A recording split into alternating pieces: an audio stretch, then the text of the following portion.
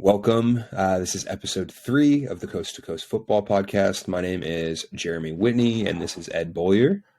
Got a couple games, or 4 games, I should say, to go over with you guys, and I think we should start with Bills Vikings, the game of the week, game of the year, game of the past couple years. I think it really lived up to kind of the hype of the two of the best teams in the league.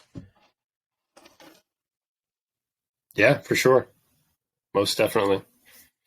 Yeah, I think this is one of those things where like you've got like two really balanced offenses with a lot of weapons, and then like two solid defenses. So yeah, it's a good it's a good reason why you picked this one. It was kind of the same reasoning behind my pick last week with Miami and Chicago.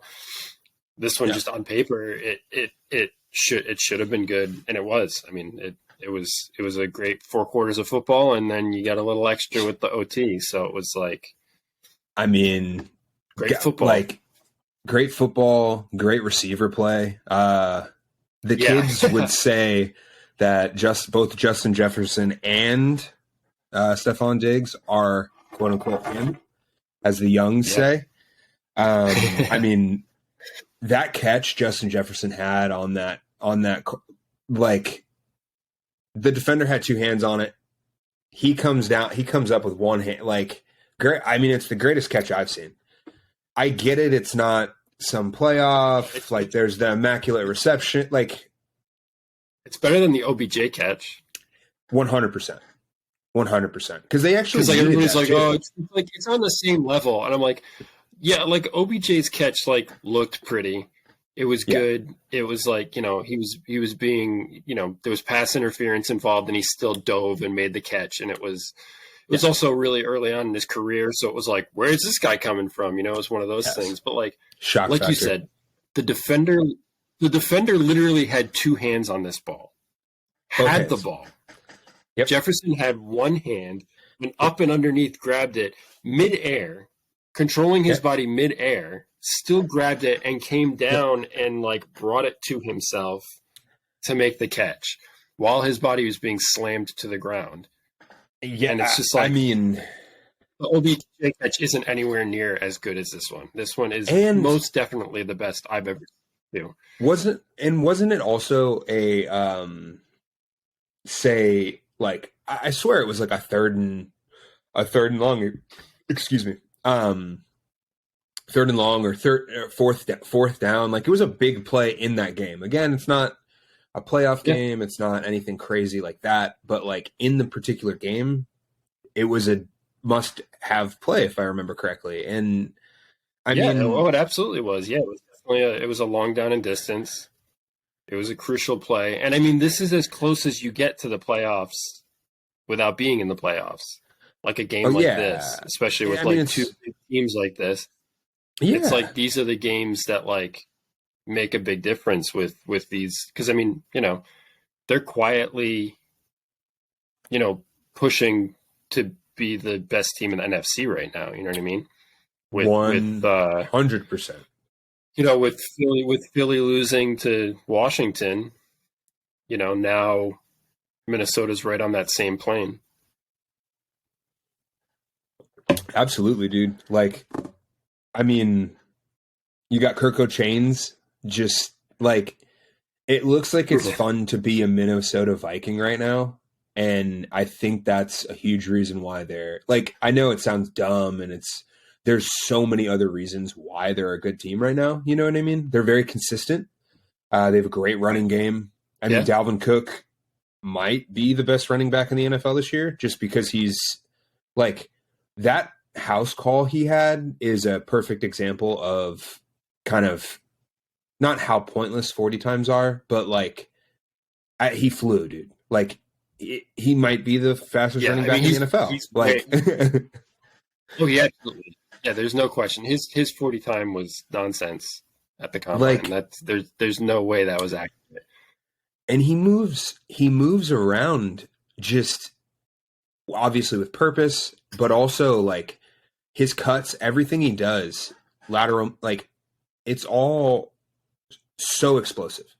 You know what I mean? And I mean, so you have him. They now have Hawkinson, which still scratching my head a little bit. Why the line? Yeah. Why the Lions? Which he's looked good. Obviously, it's going to take some time getting used to the offense. Yeah.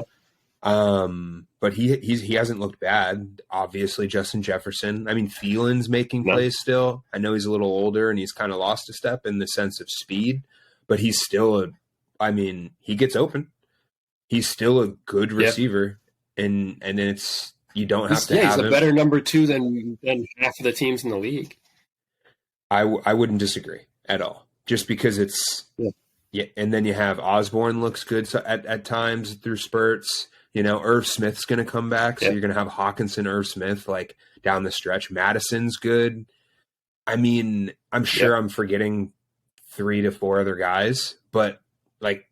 They are solid. That's the majority of who's being involved. I mean, because like Kirk's throwing it a lot, but it's to those guys. Because I mean, Diggs is obviously getting a ton of targets now. Hawkinson is jumping right in. I mean, he's only been there for 2 weeks now, and he's already getting 7 or 8 looks a game. For a tight end, that's really good, especially on a new offense. Like you said, Thielen's getting a ton of targets, and like you said, Osborne is getting double-digit looks a game too. He's not coming down with a lot of them, but he's getting the looks. So I mean, he's going to start coming down with a lot more. I mean, he makes at least one impact play a game, and it might be on 4 targets. You know what I mean? But or a smaller, obviously, share of targets. But he makes good plays. You know what I mean? And to your point, all he needs to do is get a little more consistent. And I mean, Kirk looks like he's the best. I think there's spurts where he looks the best he's ever looked. And it's generally when he's throwing to those said weapons. But he just looks different, if that makes sense. You know what I mean? Maybe it's not the best he's ever looked because he's been in MVP conversations before. And he's not necessarily playing up to that level right now. But after you. Oh, sorry. No, you're good, dude. Yeah, no, he's one of those guys. He's very similar to how Wentz is, where he's kind of a roller coaster ride. You know what I mean? Because the highs are so high and the lows are so low. But I think. And I think a big reason why they made that trade for Hawkinson is when he does have these weapons, obviously it makes a big difference and it kind of covers up some of those issues. Because I mean, neither one of these quarterbacks played particularly well in this game. Especially Allen, realistically, man. And granted, both defenses are above average, and they're two of the top. I don't want to say 5 defenses, but they're probably both in the top 5. So I mean, realistically, it's they didn't play very well. It's obviously, they both threw for over 300 yards, but they both threw 2 interceptions, and they were pretty poor interceptions. These weren't corners jumping routes and making really big plays. Granted, Peterson had that one near the end that was a good play, but still it's the same conversation we had last week where Allen feels like he's making really poor decisions, and people are trying to blame it on the UCL injury, but this isn't the UCL injury. This is just decision making. The ball is flying out of his hand. It's not this is throwing a lame duck because of the elbow. He's just making. Not Manning. It's not Manning that Super Bowl year. You know what I mean? Where you're just oh. I mean, speaking of defense as well, though, and maybe it was a little bit of the defense playing at a very high level, and then obviously the quarterback's not playing at their top either. But I mean, dude, Edmonds is going to get a bag because he is, top 5 linebacker in football. I know his coverage grade has been, I think it was a 93 this week, which Like you see in the tape. I mean, he has this one in particular. He has this one play where it's a zone play type deal, and wow, that's just sounded bad. Sorry. I'll bad podcasting, as Sam Monson would say. Either long story longer, Edmonds made this play where he essentially just stuck to Thielen. And I know we were just talking about how he's kind of lost a step. He doesn't have the same speed. But at the end of the day, Edmonds flips his hips like a DB. And it's nuts because he's not DB size. He's huge. And he flips his hips, hand up, boom. And this is on Adam Thielen. He gets open. Like, he's one of the best number 2 wide receivers in the NFL. So, I mean, for a linebacker to make that play, it wasn't locked up man-to-man coverage. It looked like it was zone. But, I mean, fuck, man. Like, for someone that big to move like a DB is, you know, and obviously he has a lot of tackles. He just makes plays. And, yeah, I can obviously talk about Terrell Edmonds all day. Yeah, he's one of those guys that's really well-rounded at that position. There are not a lot of guys that can do what he does, obviously, because there's a lot of guys that are kind of one-trick ponies. It's either they're those, you know, fill the hole run defenders that are gonna, you know, get a lot of tackles and they're gonna affect the run game, and then there are those guys that are those tweeners that aren't that great at affecting the run and that they're better at coverage and chasing guys down sideline to sideline and making impacts that way. But he's one of those rare guys that's just 3-down linebacker. He's going to do it all. He's not coming off the field. You don't have to worry about sub packages and things like that. He's going to be out there. He's no problem in every play, no matter what. Fuck, it looks like you could put him at gunner too on 4th down. Like, that guy, he moves crazy. And then you have Milano next to him, which Milano is a stud. You know, he's playing at a very high level. He's constantly underrated. It's a shame that back end got a little injured and they're a little banged up, because obviously Poyer's awesome. Yeah. Micah Hyde, in my opinion, they're both like sleepers for whatever reason, because they're 2 of the best safeties in football. Yeah. And then, that defense, it's got so many, and Von Miller continues to show up in big moments. Like, he's constantly closer on another level. And I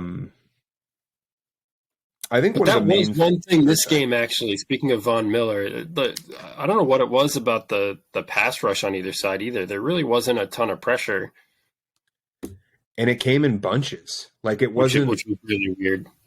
Yeah, it didn't, like, it was super strange, because you'd be like, oh, okay, there's Darius Smith, you know, oh, okay, there's Janelle Hunter, you know, like, right. Or on the other side, obviously Von Miller, Oliver, like, they have so much talent there. You could definitely tell that they were kind of missing, I think, Rousseau a little bit. He seems to have kind of really come on in the past couple games. Well, not couple games, but like this year, I think he's this year, most definitely. Yeah. I think he's taken a step, which, you know, obviously always helps having Von Miller on there. I think the main thing, though, about the Bills is that they just stay in games, dude. Like, they had no business with 3 picks and all that. Like, I think I counted 4 or 5 plays that should have been turnovers from Josh Allen as well. I think he had 3 picks and then 4 total, like 4 or 5 total. He only had the 2 picks. I'm sorry. But I thought it was Rodgers who had. He definitely had. I didn't see. Yeah, Rodgers had the 3 last week. Yeah, but I didn't see the final numbers on the turnover worthy plays. But if I were to guess, like you were saying, he had at least 3 or 4 turnover worthy plays. Yeah, because he had one really bad ball where I was just like, oh, it's super fortunate that the DB just didn't catch it. You know what I mean? And that Yeah. That's obviously that goes in the turnover worthy play column. But the fact that they stay in these games with all these mistakes is just like, it just shows how good of a team they are, because they did not play their best football and they went toe to toe with arguably one of the best teams in the league, at least arguably one of the best teams in the NFC. So, yeah. Like, arguably the best. Yeah, possibly. It's hard to stop their 2-minute drill at the end of the half. Like him just driving down the field, and it's like, yeah, you want to see points there, but like you want to see a touchdown there, but I mean, fuck, he, gets a field goal. It's like,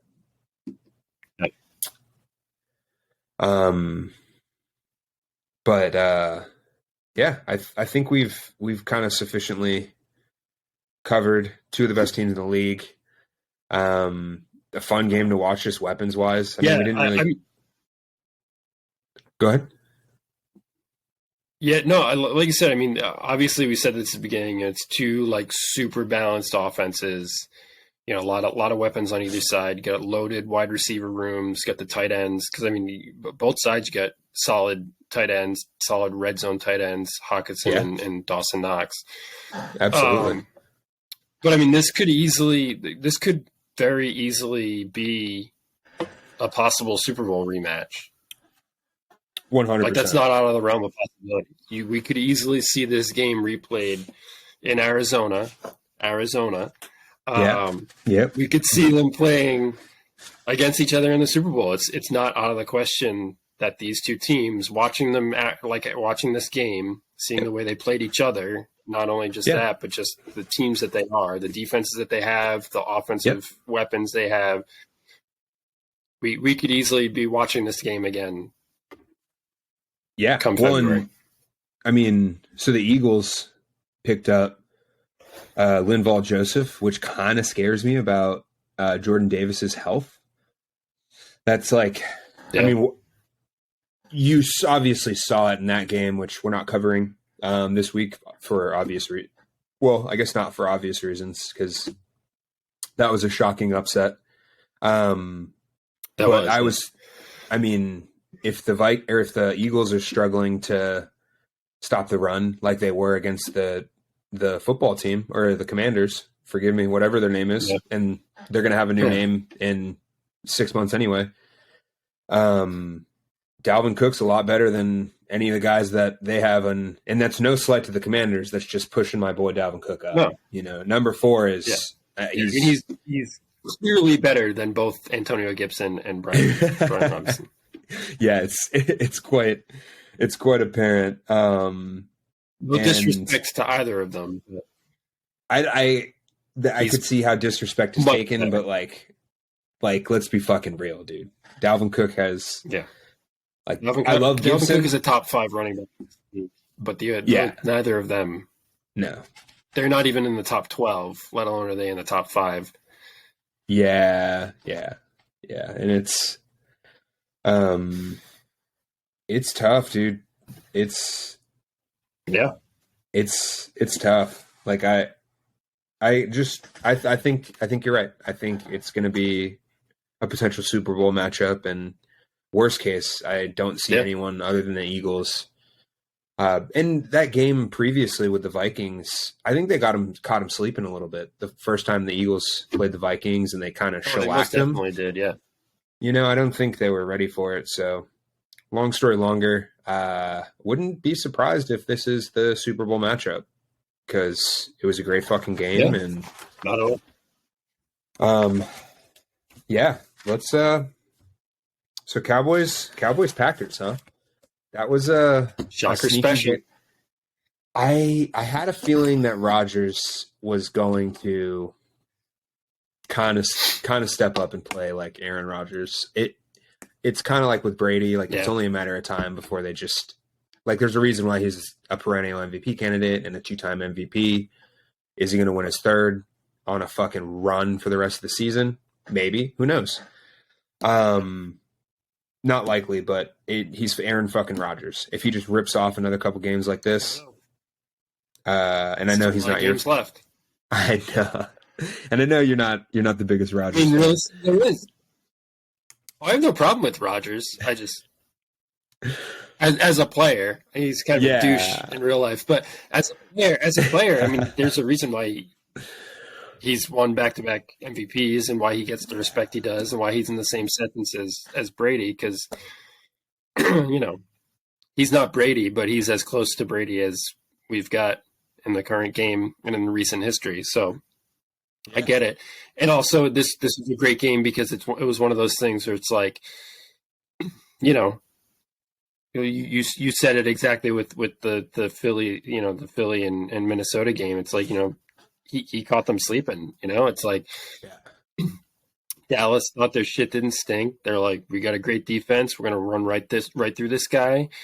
It's like, yeah, we yep, know it's Aaron Rodgers, but he's down and out. yep, They basically looked at the Packers like they were down and out, and their fan base was saying it too. Like yep, anybody on Twitter and anything, anywhere else, they were just like, oh man, we're gonna walk right through these guys.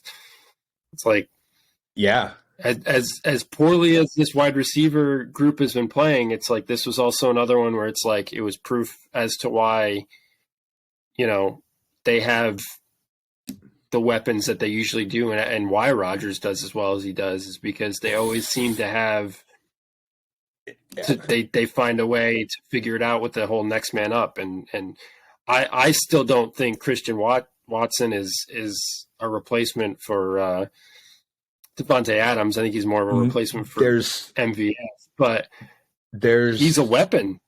And they there's showed exactly why they drafted him as high as they did. And, yeah, he only had the 4 catches, but it was for 107 yards and 3 touchdowns. And that's all that mattered.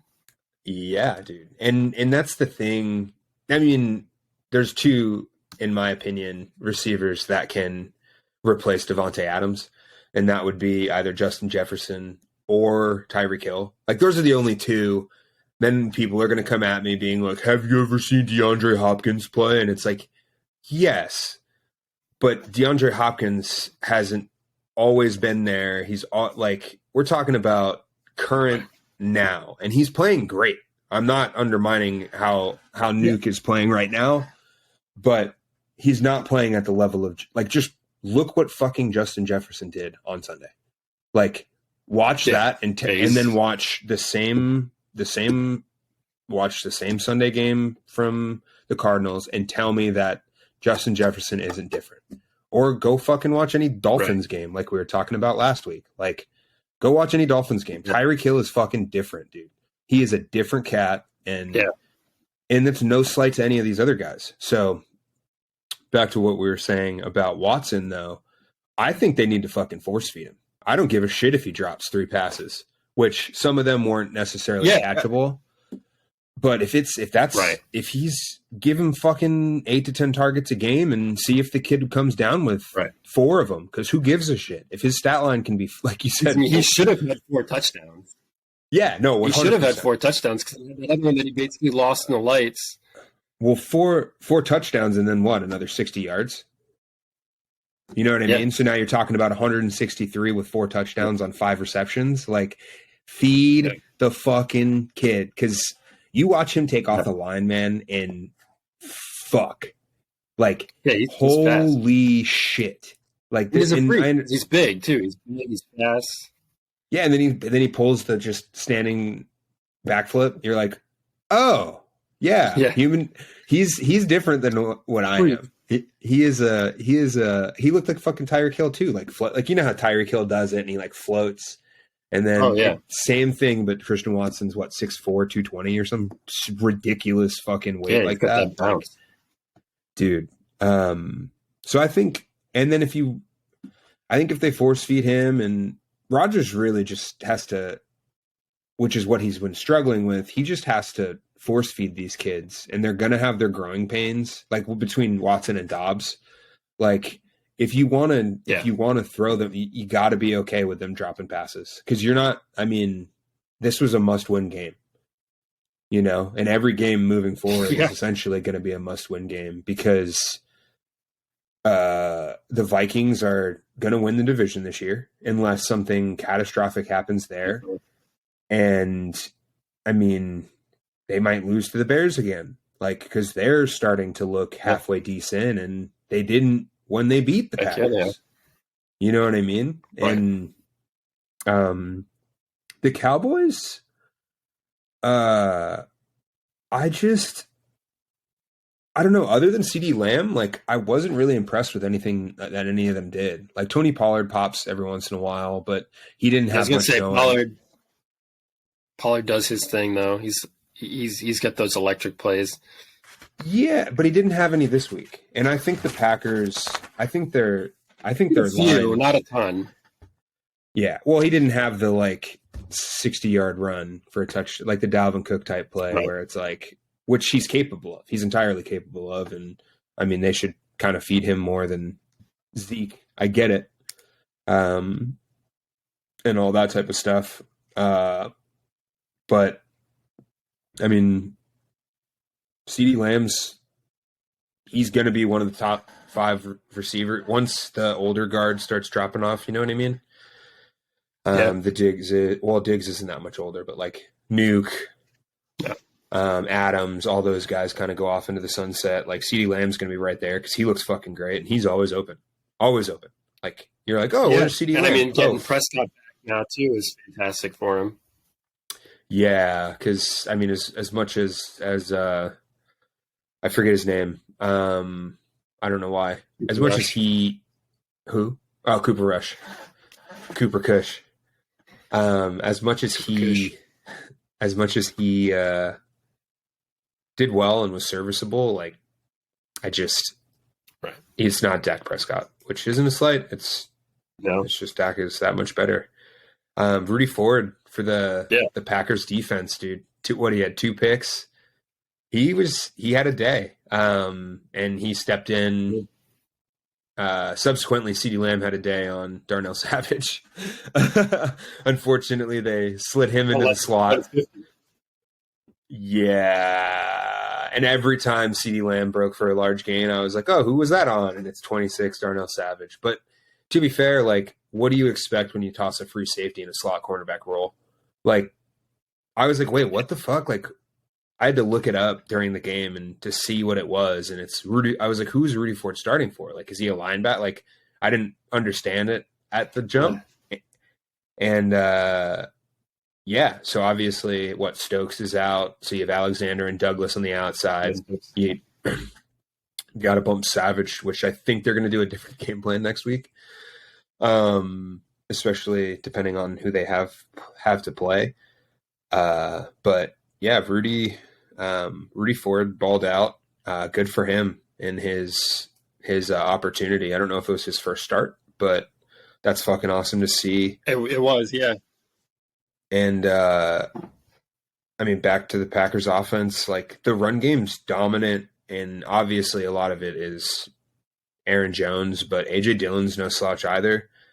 AJ Dillon gets like 5 yards a pop just because he's huge. Like he has those Brandon Jacobs plays where it's just like you're like, oh, it's okay, that's a loss, or like not like no gain, and then he just continues to push the pile 4 to 5 yards, and it's like, oh, okay, there you go, AJ Dillon, 4-yard carry. Like, but yeah, do you have anything to add with I mean the Packers or the Cowboys, or I know you briefly touched on Lamb. No, I mean, like you said, it was a pretty straightforward game. It was a solid game. There wasn't anything flashy to it, like you said, especially on the Cowboys. It was like, because even Prescott didn't look all that great. He threw the 3 touchdowns, but he had the 2 interceptions too, like you said. So, but I mean, he's still coming back a little bit, so I'm sure he's not.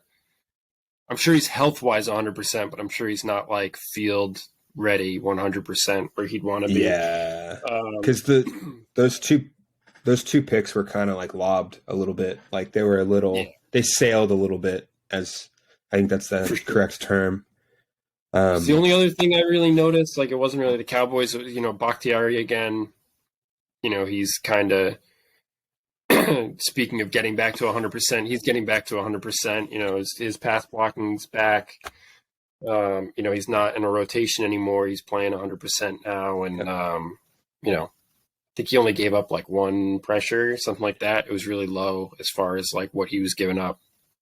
Which is And I mean, obviously, the Cowboys have a lot of weapons on that line with, with Parsons and Lawrence and everybody else on that defense. They create a lot of pressure. yeah. With Dan Quinn's defense. I So the fact that he only, I'm pretty sure it was one. I'm not sure. I don't have it written down, but I'm pretty sure it was only one pressure that he gave up. So I mean, that's pretty damn good for that Dallas defense. so was that also a part? I wasn't really watching because I'm a sucker for a good run game, and I was paying more attention to the running backs and the offensive line and all that type of stuff than say the defensive line. Yeah. Was that kind of because I know Barr went down. Is that kind of an issue because they have to bump Parsons back to line? Like, I just don't understand why you would, because I feel like taking him off his pass rush role just doesn't necessarily make sense to me. And I get it. He's good. It kind of just screams when the Packers tossed Clay Matthew into the inside linebacker role. And it's like, I understand you need an impact player in your middle linebacker like room, but not at the cost of one of the best pass rushers in the NFL, or the best pass rusher in the NFL. You could argue that he is. So I don't know. Maybe next week we'll see something different, but just let Micah Parsons eat, because I mean, hopefully we do. I mean, I think that was one of the right. That was one of the games that we've got for next week. I think is Dallas. I think Dallas. Hopefully Vikings. we'll see an improved. Hopefully, Dallas and Vikings. That's right. Hopefully that'll be another game of the week. So hopefully that'll be a turnaround, and maybe we'll see more Parsons off the edge, because that's really where he shines. I mean, granted, he shines everywhere, but he truly shines off the edge more than anywhere else. So hopefully we see that against the Vikings. 100%, and I mean, I think we will, honestly. Yeah, I think we will. I want to see Kirky on his toes. Kirko Chains getting chased down by Micah Parsons. That's what you want to see? Yeah, I do. No. I mean, I want to see the scoreboard lighten up, but I still want to see Parsons chasing after him. That's funny. I don't care how many interceptions Kirk throws, as long as he's throwing touchdowns too. I mean, Parsons can sack him 3 times and they can still score 30 points. I mean, what, three receptions to JJ and just a couple house calls? Why not? That's all I need. Why not? So yeah, I mean, I think we've sufficiently covered Cowboys Packers. Cowboys definitely better than the Packers, but if the Packers play like this every week, they'll be there in January. There's no reason they won't. I mean, they got a lot ahead of them. Like you said, it's like right now where they stand record wise, they got to go on quite a run to get into the playoffs. But it's not out of the possibility with the way everything else is going this year. It's tough. Yeah, they definitely have an uphill battle. But yeah, because it's like with the wild card, that's the thing, is the NFC wild card is going to be like a 9-7 team or a 10-7 team or whatever. You know what I mean? Or a 9-11 team, right? 10 and whatever. Math. The math. Yeah, the last spot could very well be. Yeah. The last. Yeah. The last seed could end up being that, because the NFC East right now is going to be walking away with 3 of those spots if everything keeps up the way it's been going. I mean, there's no reason why it shouldn't, right? I mean, the Eagles, the Giants, and I mean, the way it shapes out, if the Commanders start pulling off wins, then maybe they sneak into the who knows? Sneaky backdoor I mean, they beat the Eagles, so it's like they got it in them. That's, and that was pretty convincing. That was a pretty convincing win. Yeah. But again, we're not. And they get Chase Young back. Which, fuck, that D-line looked good, man. I mean, they looked pretty legit, honestly. But yeah, let's move. Like you said, on to the next game.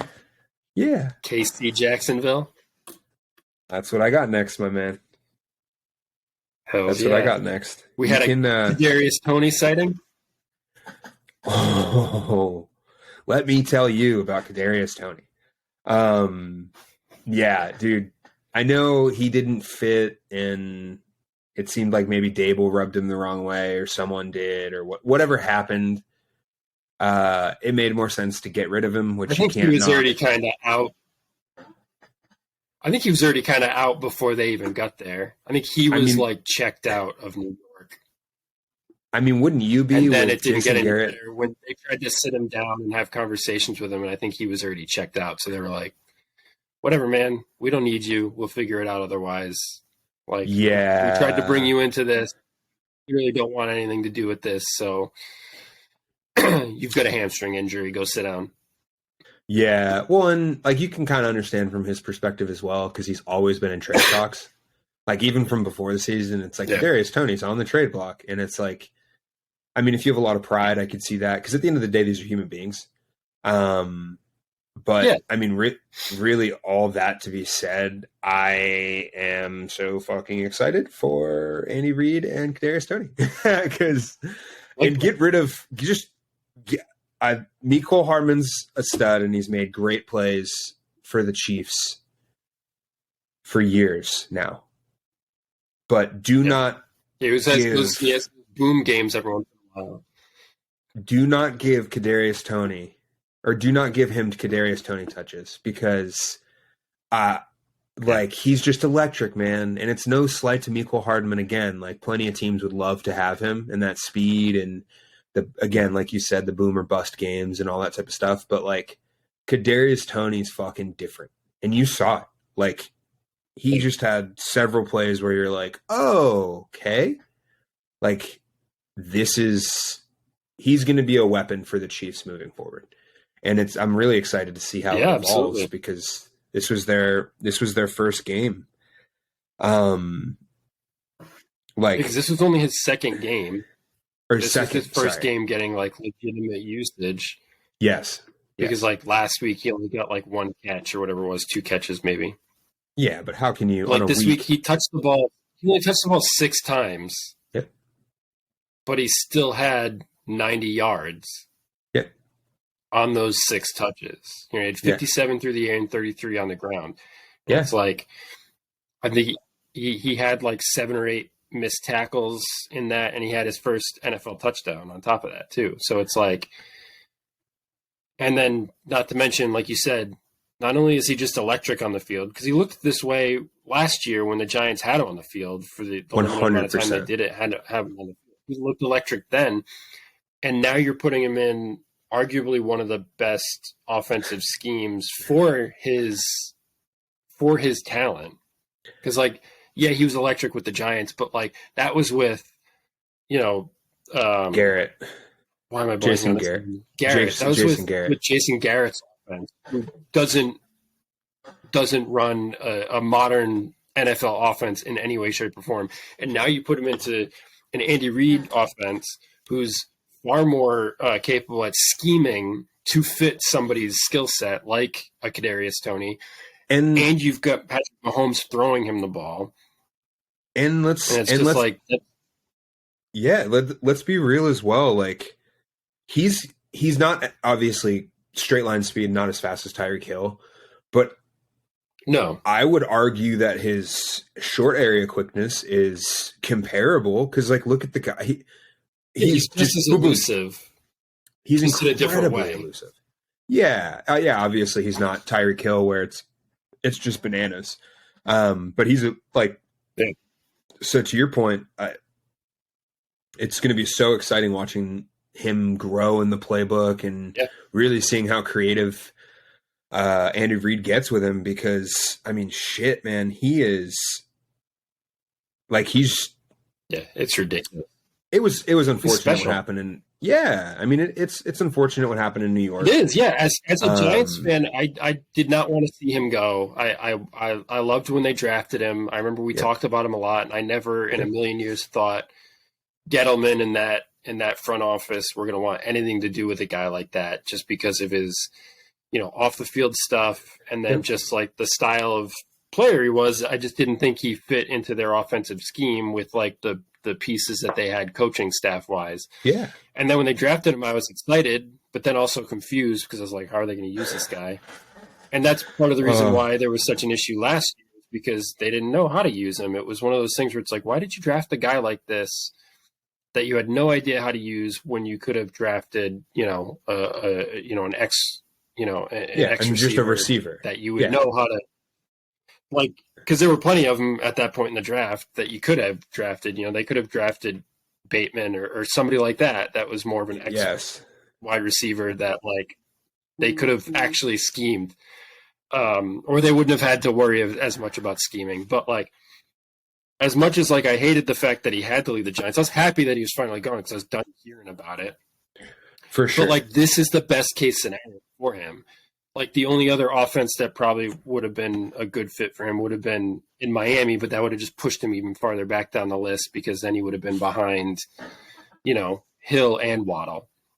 But him being in Kansas City, I think it's the greatest thing, just because he's going to get schemed up correctly. They're going to use him as the weapon that he is. And then he's getting to play with arguably the best quarterback in the league. Yeah, I mean, there's really no downside. And they're going to get to do it for years to come, because, I mean, they've got him on a rookie deal, and Mahomes is signed for, however many years. Yeah, 7 more years. Too. And I doubt they're going to let him walk away ever. So it's like, that's a dynamic duo right there. No, it's 100% a dynamic duo, because it's so, like, I don't know. He couldn't have gone to a more like perfect place for him. You know what I mean? Because at the end of the day, like I wouldn't mind Dable, because Dable's a brilliant offensive mind. You know what I mean? And it's yeah. But I mean, we could talk about Nick Bolton. Not that we could talk about Nick Bolton. I was going to say we could talk about Tony all day and what he's going to mean to the Chiefs moving forward. But Nick Bolton is continuing to play like Nick Bolton. Like, he just flashes so much. And quite frankly, I think the Chiefs might have knocked this draft out of the park, because Trent McDuffie showed up. This defense is, we'll see if they're gonna so there's gonna be moments in the future that are. Yeah, and we'll see if it stands in the playoffs, you know what I mean? When the moments start mattering, and like, maybe, but I mean, Chenal looks good. Karlaftis looks solid, like, obviously he's not dominant, but he doesn't have to be with Frank Clark on the other side. Yeah, or Chris Jones in the middle. Like, doesn't need to be. And then Chenal fucking flies around for how big he is. That combine, those combine metrics show up on tape, man. He fucking flies, and he's that one. I know. I wouldn't have minded him either. I wanted him so bad, and he went so late too. I mean, he was a 4th round pick. I think so, honestly. And it's like, because I remember I remember when we were talking, and it was like, oh, like, I just remember the rounds kept getting later and later, and we're like, oh no, like, someone pick him now, like, Giants or Ravens, pick him now. Cause I mean, at the time, the Ravens, we didn't have Roquan, clearly. But no, you guys are clearly in a better spot with that. Yeah. Another thing I really like about the Chiefs offense, though, I will have to say is Andy Reid using short passes as like almost a proxy run game. Like, if they ever, obviously Pacheco looked good in his but Okay. it wasn't dominant, but he made some good plays. I just like when that kind of sputters. Uh, it I just like when it sputters. He's like, okay, cool. We'll just throw 4-yard passes. We'll throw quick slants all the way Yeah. down the field. You know what I mean? And it's Right. Just chip away. yeah. So it's when the run game isn't working, it's cool to see him use short passes as kind of like a proxy for that, and it makes fucking sense because why not? It's going to get Mahomes more comfortable because he's completing more passes, and like logically that just kind of makes sense. But Get in a rhythm. yeah, like he can easily get in. Like it's the type of shit that Greg Roman doesn't always do for Lamar, and I'm like, dude, just get the guy in a rhythm, let him chill, like hang out, like Jesus fuck. To do it. What's up? And you got the pieces to do it. You know, it's like you look at the Chiefs, and it's like you've got Kelsey, Yep. who's great in the flat. I mean, he's great. He's great anywhere, but like specifically in the flat and up the seam. And then you've got now, like this year, you've got Juju too. So it's like you've got guys that you can do that with. Yeah.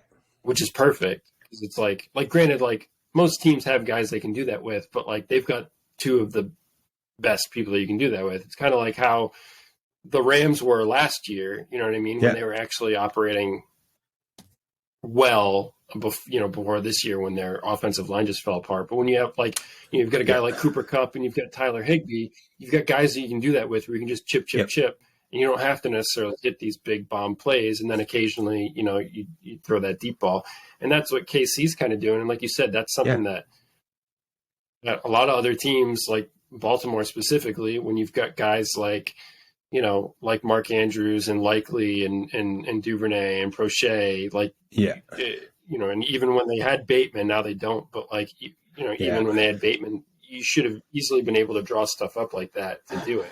Now, granted, their run game operates a lot better than the Kansas City run game does right now, just because of the Lamar people they have. Yeah. Granted, KC has a good offensive line too, but with the threat of Lamar back there, it helps. Kind of helps a lot too. Even when you have backups like Drake running, having Lamar back there as having a threat definitely helps. 100-yard games, and like I mean, I'm sure the thing we'll touch briefly on the Ravens here real quick. I really liked, as long as you want. Not that I wanted Mark Andrews out, and I obviously want him on the field more so, but I really enjoyed. Likewise. I really enjoyed how Lamar. I feel like Lamar didn't feel that pressure of like, fuck, where is Mark Andrews? Let me get it to him. You know what I mean? Because they have that rapport, and whether it's perceived or factual or like maybe just in Lamar's head, and Andrews obviously isn't putting that on him, or however it shakes out, the pass game just seemed to function better, honestly. And I think it's something that Roman needs to kind of, Urban, the quarterback's coach, and Roman need to instill in Lamar moving forward, because it's just helpful, when it's like, okay, first, second, third, like Andrews not open, Likely not open, Prochet or Duve or whatever, whoever's the going. And that's something that I saw him do very well. But another person who I actually saw read through their progressions pretty well is Trevor Lawrence. Look at that segue right back into the game. Back into that game. Inconsistent is kind of how I would just explain the Jags in general. Like, they had a couple drives where I was like, fuck. Like, if they did this for 4 quarters, they'd be a tough fucking out. They had a couple methodical drives. Yeah. Etienne obviously looks good. Their defense, they just the Jags, get that run game going though. Yeah, it was definitely tough. That doesn't necessarily speak well for, like, the Chiefs don't have a bad run defense, but they're not the best in the league. I could be wrong. I could be wrong if they've made strides since earlier in the season and whatnot, but They're middle of the pack. They're not doing anything fantastic. I mean, I think a lot of that's probably Chris Jones more than anything, but yeah, I mean, that's keeping them. That's keeping them yeah, in a good spot. Like, I'm not saying he's doing anything wrong. I'm saying I think he's the no. reason why they're in a good spot. And Bolton too. Bolton's another reason for that. Yeah, When you yeah. have Well, two and then guys like Gay. that. But yeah, the Jags just could not get the run game going. The passing game looked fine because I mean, once again, like you were saying, Lawrence was efficient. He's 29 for 40. He threw for 259. He didn't throw for 300 yards, but he didn't throw any interceptions. Yep. He was only sacked a few times, so it wasn't like he was, it wasn't like he was giving up a lot of stuff. And and Kirk, once again, we've talked a ton about him this year with everybody going crazy over that contract, but Kirk once again showed up, 9 receptions for 105 yards and 2 touchdowns. Like he's doing what he's supposed to do. You know what I mean? They may not have won the game, but he's doing exactly what he's supposed to do. And it's not like that wasn't garbage time either. That was all throughout the game, And there were parts, like obviously it kind of got away from them relatively early, and it looked like the Chiefs were just controlling the whole game. To be quite honest, but there were times where like they'd throw some punches back, and I mean, yeah, I think some of his throws really impressed me because of the windows that he's throwing into. There was one specifically, I think it was like the Marvin Jones diving grab. Marvin Jones, my favorite guy that I said Marvin Jones. Yeah, that I said should just not be on the team anymore because they should get a little younger, which is harsh. And it's a very anti-player perspective because he's a valuable asset to any NFL team. And piece. Yeah. So, but he made he essentially threw it right in between 2 defenders, and yeah, Marvin Jones had to dive and catch it. But it was a great fucking throw, and it was where he needed to. Yeah, it's the only place that anyone could have caught it who wasn't the only place Jones could have. Yeah, and I mean, he had another one to Zay Jones as well. Sorry, I was just reading my notes there real quick. Good. Which was, I think he was going over the middle if I remember correctly, and again just sneaks. So you're seeing his accuracy obviously improve because earlier in his career, when in the Urban Meyer era, he just looked like lost, struggle bus today for this guy.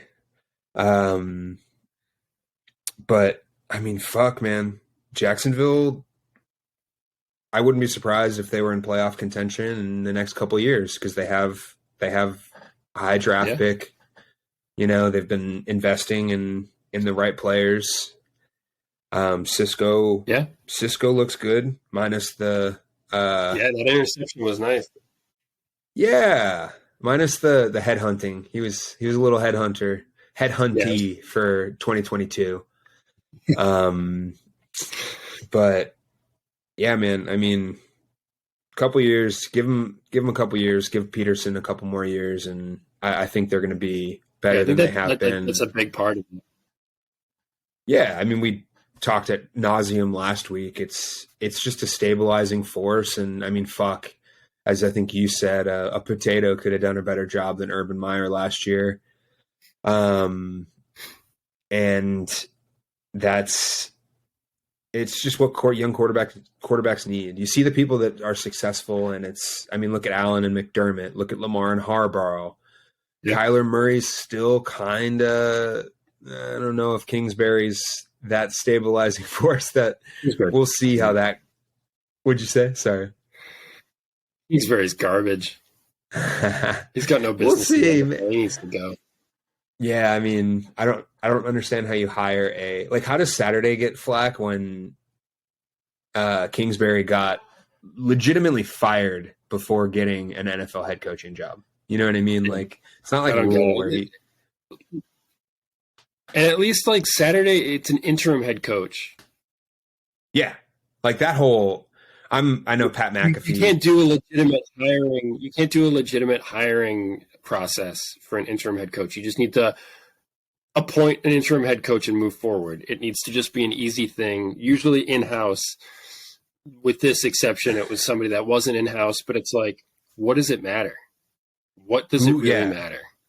One, okay, Who cool. cares? So it's an interim head coach on a team that's like falling apart. Yeah. So it's like, one, what does it really matter? and like, okay, cool. So what? John Fox is on the Gus Bradley. Like, you really think them taking over as an interim head coach is gonna bolster of this team is gonna bolster their resume? You know what I mean? And quite frankly, they've as Pat McAfee and plenty of other ex NFL players have talked about, like, why do they get other shots? They've already failed multiple times. Speaking about John Fox and, you know, like if someone was like, oh, Jim Caldwell, because he succeeded, he's the winningest coach in the last 40 years since fucking Barry Sanders was on the roster. Yeah. Like, it's not like he got the trip to the playoffs. Like, so I just never really understood that because, like the talking heads and people saying none of it makes sense, man. Because like people are excited about the dumbest shit. It's like Mike McDaniel gets hired as head coach for the Dolphins. Great, he's killing it. He's killing it. This isn't like this isn't me slighting him in any way. Looks like coach of the year. He wasn't even offensive. He wasn't even offensive coordinator for the team he was coaching for. And then he leapfrogs. I'm saying he didn't have that title. He was like the passing game coordinator, but he wasn't the offensive coordinator, and he only held the job that he did have for a year.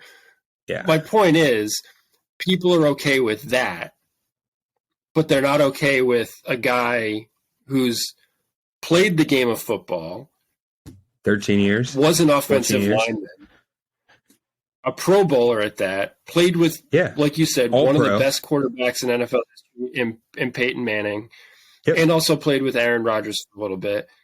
And we have a problem with him being interim head coach. Well, and not to mention, like, nobody had a problem. And then once again, nobody had a problem with, Joe Judge being hired as the Giants head coach when he was a special teams coordinator for a year. With the Patriots, but it was just because, he was underneath Bill Belichick, and he failed. He must be good. Like, people are worried about the wrong things, man. It's just like, especially since, like, the head coach, it's one thing, like, when somebody gets the job as, like, offensive coordinator or defensive coordinator when they've, like, never done that before, that's one thing when, like, people can, like, lose their mind and be like, why is this guy getting this shot when he's, like, never done anything? Like, like Matt Patricia with the Patriots. Like, he's not by name because they want to, have the Lions keep paying him. But, like, he's not named offensive coordinator. He's an offensive coordinator. Yeah. And he's got no business doing it. But, like, Jeff Saturday as the interim head coach, it's like all he needs to really do is be a leader of men. As an interim head coach. He doesn't really need to do anything. He's just going to rely on the other people to do their jobs well. And he's just going to have to, do a decent job of clock management and challenges and having the guys up above help him out a little bit. But it's like, this is all a meaningless rant, but it's like, what does it matter? What does it matter? And then to your point, and then to your point about him being a leader, like, all of those accolades, he helped get the NFL back on track from the NFLPA side of things to get there with the collective party. That, like, oh, Jeff Saturday can't lead men. Why? And like Pat McAfee said multiple times, he's been talking so much shit, and I love it during this week. It's like, you're going to get a better coaching tree if you allow players to be in the NFL, and you're not going to get the best people. Like, a lot of people who want to be coaches. Sorry, my good podcasting. My laptop's about to die, so before everything stops. But like Jeff Saturday is not going to go get coffee for some fucking offensive assistant coach. You know what I'm saying? Like, he's not going to, the whole like, oh, he hasn't been a coach for 12 years. He's not going to be a good coach. It's like, why not get the bigger pool? And it's the same thing like McAfee talks with the refs. Like, who gives a fuck? Like, who fucking like, we want the best people available. Hey, maybe some of those best people available are ex-players. You know what I mean? It's like, I don't know, absolutely. Man. But yeah, obviously we could go at this ad nauseum, and this sounds more like an off-season talk than, I know it's a current issue or perceived issue, I should say. It is a current issue. Something we obviously care about. Yeah, well, who fucking cares, man? Just let Jeff Saturday live his life. Any player that's being like, it's disrespectful, brr, brr, brr, like, you would take the same fucking job if your organization had enough respect for you to offer you that title as an interim head coach. You know what organization has that type of respect for Jeff Saturday? The fucking Colts. Let him be an interim head coach. Rant over. Yeah, I mean, Jags Chiefs, dude, it looked like exactly how it was going to be, a contender with a team that has a little ways to go. But it's very encouraging, man. And I don't know if that's just the like Urban Meyer goggles. I know last season was such a just pure fuckery that like he's going to be brought up for the next like 5 years. As long as, but I mean, if you take that out of it, they're a promising team. Yeah, you know what I'm saying? Like, you look at, this isn't just one of those things where it's like, oh, they're doing better than where they were last year. Like, yeah, they are, but like, yeah, they're all also like making huge strides in that one year, and they are legitimately a solid team because I mean their defense has a lot of great pieces on it, and their offense clearly has a lot of great pieces on it, and they've got a great head coach. Yeah, they're going to have draft capital again, and then we talked about it last week. They made that move for Calvin Ridley, and they're going to have another elite piece in that offense. So it's like all day, dude. They're all adding, day. What? They're adding an elite piece. They're adding an elite piece on offense, and then they're probably going to draft an elite piece for their defense with that high draft pick. Yeah, because they don't need a quarterback, and they're going to be a top 5 pick. So you're going to have your fucking pick of the litter of Jalen Carter. Will Anderson might even fall that far, or fuck it, trade up and get Will Anderson. I know your last like 7 draft picks have been edge rushers, but who gives a fuck? If you can get Will Anderson, obviously that's just how I feel about Will Anderson. I think he's going to be the best edge prospect because he has been in the past forever. But yeah, dude. Or if they end up with fucking Jalen Carter, take an offensive tackle. Wouldn't be the worst thing in the world because just a stud offensive lineman, have him maybe move into guard, like one of those tackles, move him into guard, let him, like the traditional, or just fucking, yeah. I mean, there's a ton of places they can upgrade with that high draft capital, and you're not going to get a better player next year in that draft in the second round than Calvin Ridley. I'm sorry. Right. You know what I mean? Even if it was a first round pick, like theirs is so high, but if they had like a 25th or 26th or 7th or one of these teams that are like Super Bowl bound, but maybe they fall a little short, like send that fucking all day. A second round pick, a low first round pick for Calvin Ridley. I mean, the kid's a stud. The gambling thing's weird. I understand why. It's fucking lame, but nonsense. Yeah. Yeah, dude. I mean, I get it. Like, actually, it's hilarious that like he also was betting on the game against the Jaguars, and now he's going to be playing for the Jaguars. Yeah. It's I mean, it is what it is. I understand why players can't gamble, but it's also like he wasn't playing, so who fucking cares? Like, I don't know. But yeah, it's It's Let Pete Rose into the Hall of Fame. yeah. I mean, if they were actively throwing games, that'd be one thing. But like, you know what I mean? I just don't think that that's possible because it's like, yeah, what payout can you win for one game if you quote unquote throw it? You know, like, I don't know. There's just too much pride. These people work their entire lives and all that type of stuff. But maybe I'm just naive. You know, maybe I'm fucking rose-colored glasses. Yeah. But yeah, I mean, really hard to cover everyone in KC, and the Jags didn't do too bad of a job. No, Lloyd, not at all. Lloyd looks like a beast. Muma stuck out a couple times. They have I forget their third guy they have in the rotation, but he's good too. Forgive me, other linebacker on Jacksonville's team for the bad podcasting. Agnew, yeah, Aluakon. Aluakon. Yep, Aluakon. There it is. Thank you, Ed, for bailing me out on bad podcasting. And then Cisco's a stud. The D flies around. I think we can, like, I appreciate Agnew as well. He's a vet, special teamer guy, all that type of stuff. But like, he doesn't need to cut into Etienne's like offensive plays, in my opinion, because Etienne's just so much more explosive, you know. And you have other guys. I just don't understand the whole Agnew thing. I get it because he's a hard worker. He does sometimes make plays, but it's like, I don't know. Seems like you have a counterpoint. Yeah, I don't understand why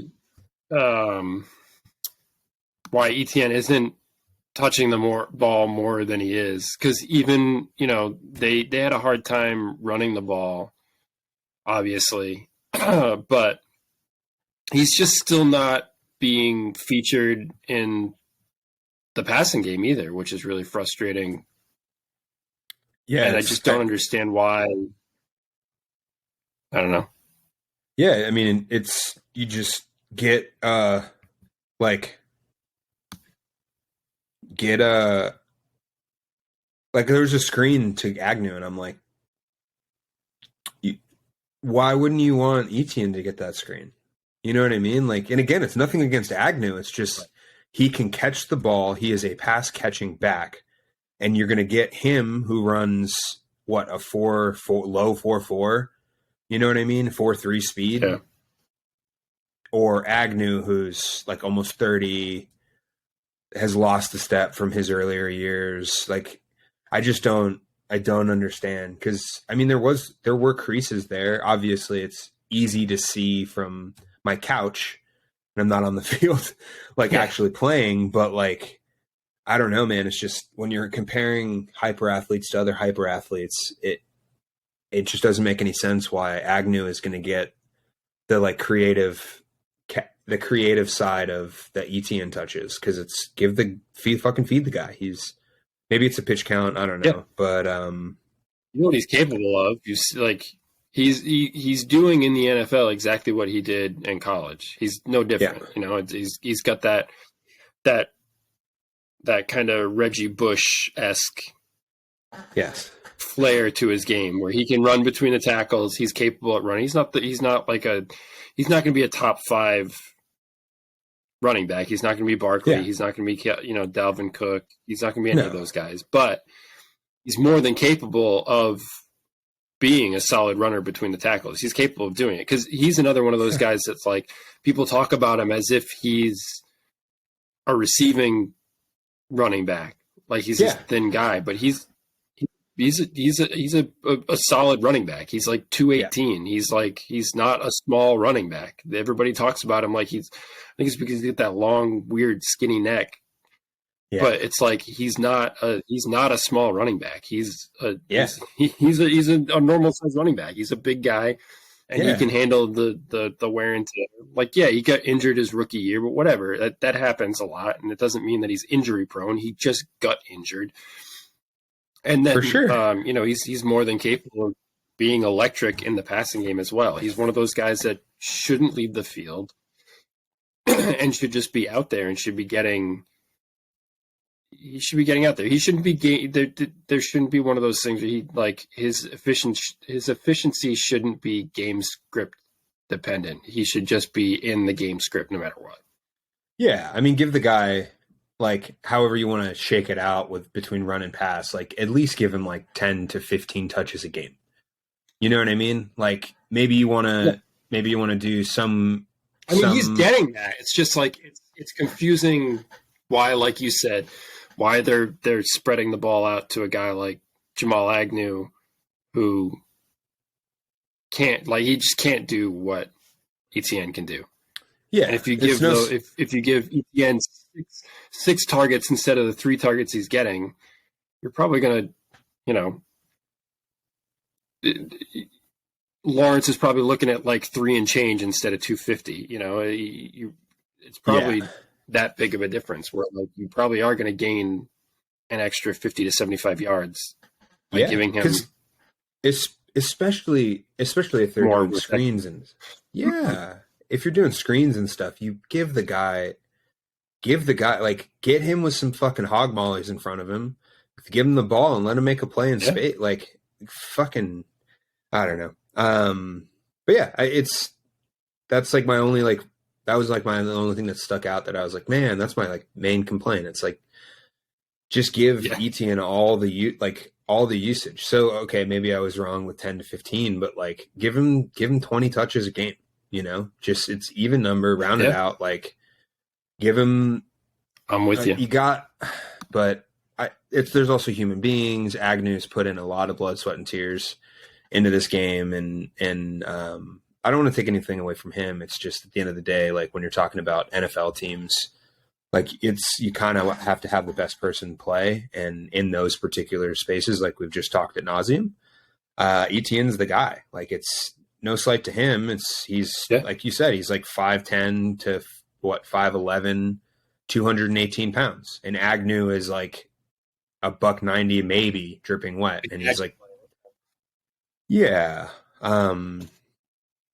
I mean, so there was a lot of really good running teams on Sunday, and we're going to talk about the next couple. The next one, I should say, which would be the Bears and the Lions. I think that's the next game we got going on.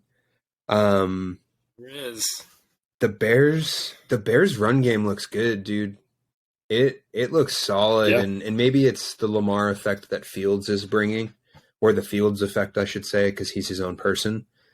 But like everyone looks good, man. Herbert has the juice. Herbert's a solid guy. Yeah, he got injured, right? He's out for a couple. Yeah, they just put him on the IR. That's unfortunate. I mean, you still have Montgomery. But another reason why it's good to have. They've got David Montgomery, and then this gives they've got Ebner too. So this gives gives him the opportunity to see what he's got. Yeah, they seem to be. They seem to always find running backs. I feel like. They're just one of those teams where it's like the Ravens or the 49ers or whoever, where it's just like, oh yeah, the Bears have a stable of running backs. Regardless, like people will get hot, like it'll shuffle and it'll be like, oh yeah, no, they're still solid. Fields, another good game from him. He had a couple plays. I mean, the rollout plays they have for him are pretty fucking awesome, honestly. And just the fact that he can roll to his right like that and throw it right. Dyslexia isn't creeping in right now. He's a right-handed quarterback, so rolling to his right. Yeah, so rolling to his right. He just looks good, man. I didn't know. For everyone who doesn't know me, I have slight dyslexia, and left and right is kind of the bane of my existence at times. So I just wanted to make sure I wasn't doing that where all of you would be like, dude, what is this fucking guy talking about? He's the best at rolling to his left. but he's not. Yeah. Yeah, when he rolls to his right, and then I mean, fuck, man, the scramble drill with him is. I just love that he just looks down. He's constantly looking down the field, and then when it's like broken down, arguably to a point of no return, and he probably should have just tucked it and ran early. Yeah. But I do respect the fact that he does that. He goes. Yeah. He goes to look to make a play down the field, and he made several. I think he had a couple to Komet. I think he had some to, not Mooney. Who else do they have on there? I think I don't remember the exact plays specifically. Mooney had a lot of plays this week. Yeah, and then Pringle. Yes, Pringle was one of them. Now that you're reminding me, Claypool's still for some reason not getting looks. I don't know what it is, what they're doing. I don't know why they're slow playing this. Hopefully, this coming week they'll give him more. But yeah, I mean, Fields just continues to look like one of the best quarterbacks in the NFL. He's just making it work. And he had that one pick six. You going full Dano on us right now? Are you going full Dano on us right now? Damn. Justin Fields is Dan Orlovsky. Sorry, he mentioned that if he can, everyone took it out of context, and everyone in they were like, he's not an MVP candidate, blah, blah, blah, blah, blah. But his words were, if he continues to play like this, he's going to be an MVP candidate. But so that's where the bad. I'm not going to go that far, but he's keeping it up. I know he's not playing the greatest teams on the planet, but like he's looking like one of the best quarterbacks in the NFL right now, and that's not really, I know, like, obviously it's one of these things where like some of these guys are going to look a little bit better when their teams have these, bad defenses. So they're put in the position to do what they're doing. But, he had that pick six, which wasn't great, but he almost immediately made up for it with that 67-yard rushing touchdown in the fourth quarter. So he's keeping the team in it. And then, like you said, you said it right with, he's got that Lamar Jackson effect, where he's keeping these defenses honest, which is exactly why Komet has back-to-back weeks with multiple touchdowns.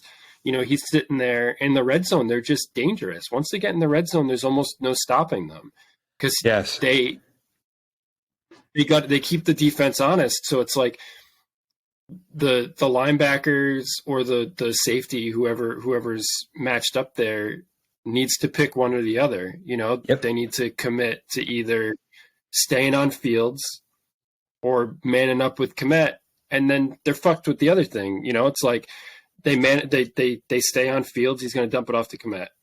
If they man up with Komet, Fields is just going to run it in. That's why even Komet had 2 receiving touchdowns and Fields had 2 rushing touchdowns, because they were just picking their spots and they were taking it. It's just, there's no stopping that. I mean, even if it's just a traditional run play too, like you see Fields literally has the Fields effect of he freezes the defense.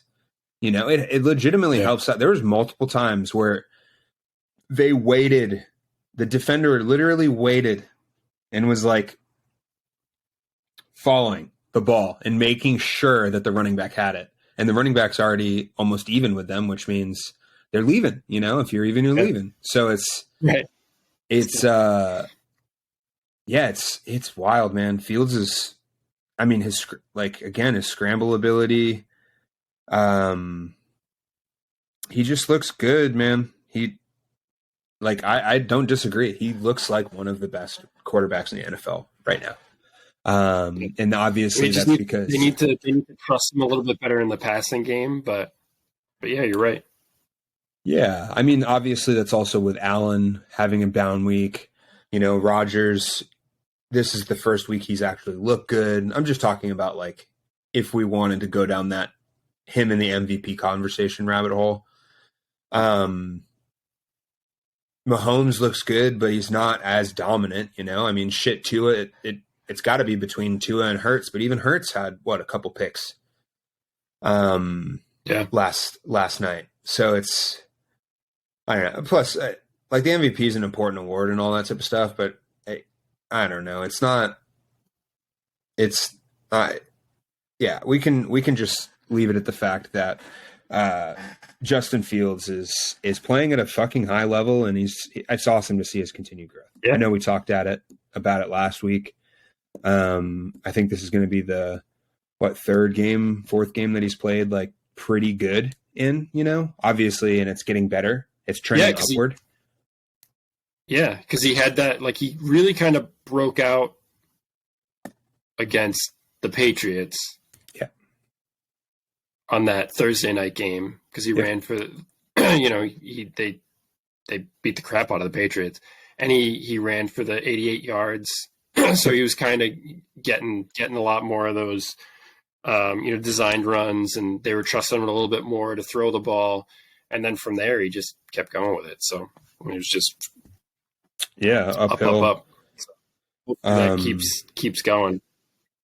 I mean, I don't see it stopping, and it could be a little more trust in Fields. You know what I mean? A little more like that, like you were saying last week with the Claypool move. Like, we got you now. Like, you've proven you're going to be our because that has to be a pretty tough thing. The whole offseason's he's hearing if he doesn't do well, they're moving on from him. Right. And it's like, well, they didn't give him anything to succeed with. And now everyone's playing better, and the O-line's not going to get him. O-line's not going to cop a murder charge. And dude. I mean, on the other side of things, Amon-Ra St. Brown is a legitimate wide receiver. Like, this isn't a fluke anymore. People can't fall on that anymore. No, I mean, we're 10 weeks in, and he looks like a top 10 wide receiver for this season. Like, obviously, those lists are slippery, because how do you objectively come up with the top 10 wide receivers? You go by stats. It's like, well, like, okay, that's cool. But then it's also like, you can just watch with your eyes. And I know a lot of people, especially the youngs, don't like the eye test. But he's fucking legit. Yeah. Yeah, because like last year, he had that second half of the year where he really broke out, and people were like, oh, like, he's in a bad offense, he's got no competition, and like blah, blah, blah, whatever. It's just like, that's a lazy way to look at things. But like now it's at that point where you're like, this isn't that. It's like, he's the best wide receiver they've had since Calvin Johnson. Like, there's no argument there. Like, nobody else has played the way he does since they've had Calvin Johnson. And it's like, he's getting the volume, and he's doing it with a lesser quarterback too. Cause Jared Goff he's doing well. He's another one that's not really putting anybody, he's not putting the team in a bad spot, cause he's not turning the ball over a ton. But he's also not the greatest quarterback on the planet, so he's not doing a ton to really put these guys in great positions all the time. But like, Amon-Ra's utilizing the opportunities. I mean, he went 10 for 119, so it's like, and he's doing that more often than not. Well, and he's doing it. My favorite part about him as well is he's doing it all over the field. You know what I mean? Like, he's doing it deep. He's doing it in the intermediate. He's doing it short. He's doing it in gadget plays. He's doing it like, he's just making plays. And I love that the Lions are steering into the, like, feed our playmakers, because why the fuck not? Like, everyone should kind of get a little bit more, obviously not to a fault, because then you run into these issues. But I mean, he's legit. He's a legitimate wide receiver in the NFL. Like, top 10, top 15. Like, no question. Yeah, for sure. There was a funny play in the middle of the game, I remember, with it was like a 3rd and 20 something, and Goff was like 9 yards shy of the fucking first down, and he held the ball out, and I was just like, did you, like, situationally, you had to have known that you didn't go 20 yards. Like, right. I don't know. Goff's Goff. They're probably going to end up with Stroud or Young this next year. which isn't going to be a bad thing. Actually, if they keep winning games. I don't know if they'll even be able to draft high enough for that. Yeah, they might be in the Levis range or you got the guy They're going to have to hope for probably Hooker, right? Yeah, I was gonna say the stud from Tennessee, Hooker, or it's not that deep. It's a deeper quarterback class than last year and whatnot, but that's also because last year was the worst quarterback class. Yes, far more talented, a lot more upside. Yeah, their offense does sputter at times though, and I think it's just because of a lack of playmakers, honestly, with the Lions. With the Lions, yeah. Yeah. I don't know what's going on with Swift.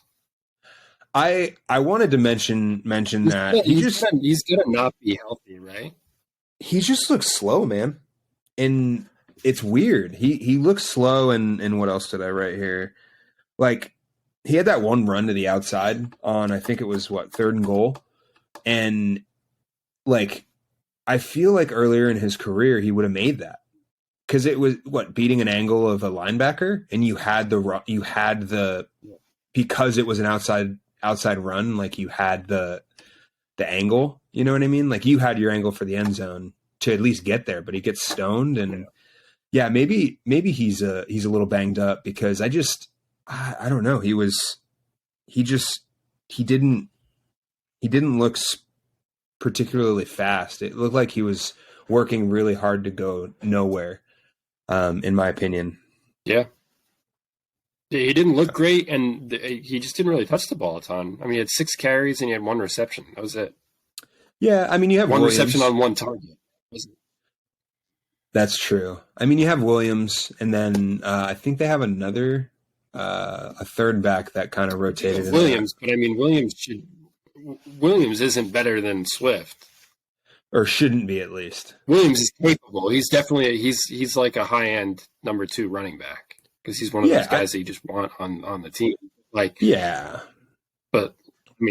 last year Swift was a top 10 running back last year. Every time he touched the ball, it was electric. This year, it's not that. I don't know if it's health or if it's something else, but I'm hoping it's health. I'm hoping that's what's going on here because it's confusing as all hell if it's not.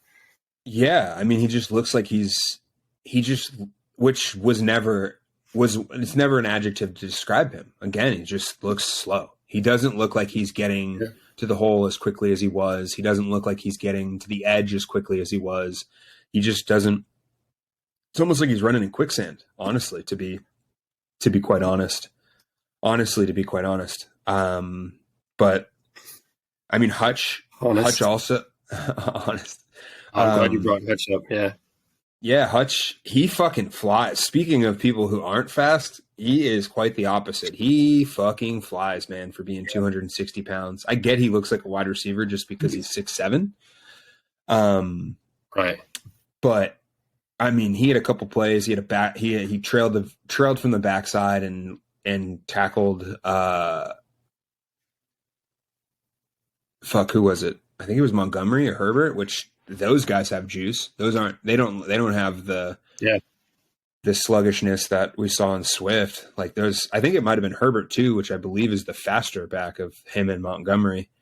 I believe you're right. I think it was Herbert that he chased down. Yeah, chased him down from the backside, which is a play that you loved. He made 1,000. There's 5 to 8 of his tackles for losses were plays like that in college, but it's just good to see him showing up in the NFL. He had a good, if I remember correctly, like effort sack where he kind of got stonewalled a little bit, and then just kept working back up the pocket, and I think he got Fields for a good one, if I remember correctly, and he had that, and that was a key one. That was in the 4th quarter too. Yeah, and that was super important at that point in the game. Yeah, because you have all these people that are like, oh, Hutch, he was taken number 2 overall. He's not that good. And it's like, yeah, but it's also a different, and his issues are things that make people struggle early, but until they learn the necessary techniques to get out of it, like he has short arms. He is like an alarming for being 6'7", he is like an alarmingly short wingspan. If I remember correctly from the combine. And it's just good to see him making plays, man, because Hutch is I mean, just watch the tape for Michigan. Like there's a reason why he went number 2 overall. And there's a reason why he probably should have gone number 1 overall. Like, I mean, he had similar combine scores and or similar, like, not combine scores, but similar, like, pre-draft process to the Bosa brothers or Chase Young or any of the other Von Miller, all these people. He's right on the same level. But he's improving every week, and that's the best thing to see with him is like he's put in the work and he's shown exactly why he should have been number 1 overall. Well, no slight to Trayvon Walker because he's looked good in limited action. He's looked good, but he's not on the same level as Hutchinson. No, I mean, and let's be real, he was drafted more for like 3 to 5 years down the road, or 3 years, I should say, 2 to 3 years down the road. Right. Then he was drafted as a day one, like a JPP. Well, and it's not like the Lions aren't good at developing it, especially in the trenches. Because look at Penei Sewell last year. He looked like fucking ass, and everyone who was like, "You should have taken Jamar Chase instead," was like, "You're fucking idiots." And now Penei Sewell is one of the best tackles in the game. So it's like, they clearly can help development on the trenches. So it's like, why not take as sure of a thing as you're going to get in the draft? And actually, one thing that really confused me, I'm just reading a note that I missed. What the Bears play calling down the stretch was kind of weird, right? I'm not crazy. I feel like they didn't call one bootleg or rollout or anything, and it's like he was eating them up. And then if you're there, it's like, I don't know. I feel like the Bears play calling down the stretch for their like attempted game winning drives and stuff like that.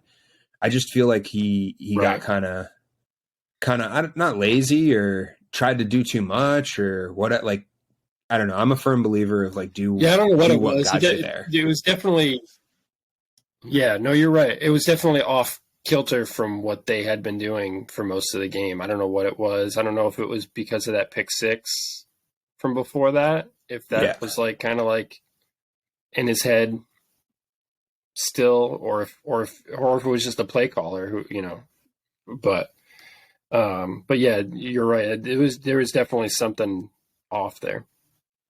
Yeah, it just didn't look like the first 3 quarters or like 3 quarters and say 10 minutes. I was just like, why, hey, it's 31-30. Let's get rid of all the plays that got us there. Like, what are we, do a couple of runs. They had time. It's not like they didn't have time. You know what I mean? Do a couple of those RPOs and runs and, well, maybe not RPOs because I'm sure they did that because it'd be silly for them not to, but I don't recall exactly what irked me, but I just feel like I just feel like the play calling kind of got a little lax down the stretch. And, I guess the last thing that I got would just be shout out fucking Amon-Ra St. Brown. Cause I mean, he was the best player on the field. Like in my opinion, dude. Yeah. Egyptian sun god, such a sick name. That whole family has awesome. The stories behind each of their names is pretty rad. But yeah, man, it's I mean, yeah, I think so. I think the Lions. Oh, it was. It definitely was. Sorry, last thing. I was like, why did I write this down? You're good. I think the Lions are going to be one of those teams that are going to sneak into like Bijan Robinson or like Mo Ibrahim or like one of those, just like, if obviously the trends aren't the same, I think they're going to be one of those teams that gets one of those difference makers in the top of the second. at the running back position. And that kind of makes sense because their line's solid. If depending on where they go on their first pick, you know, their defense, Hutch is going to be, you don't need it. There's some players on there playing well above. Like, I mean, they need a lot, but it's also like, you know, or do you go in the third and get someone who's probably going to get the same production, but you don't have to draft them in the second? I don't know. And obviously how the draft shakes out as well. But I feel like they could really, just because there's a lot of different ways they can go, like you said. Yeah. I mean, they had 89 run yards total. You know, Alman Ra had, 20, 30 yards more? Like, then their entire, like, we're talking about Williams, that was the total of so. Yeah, dude, it's another great week of football.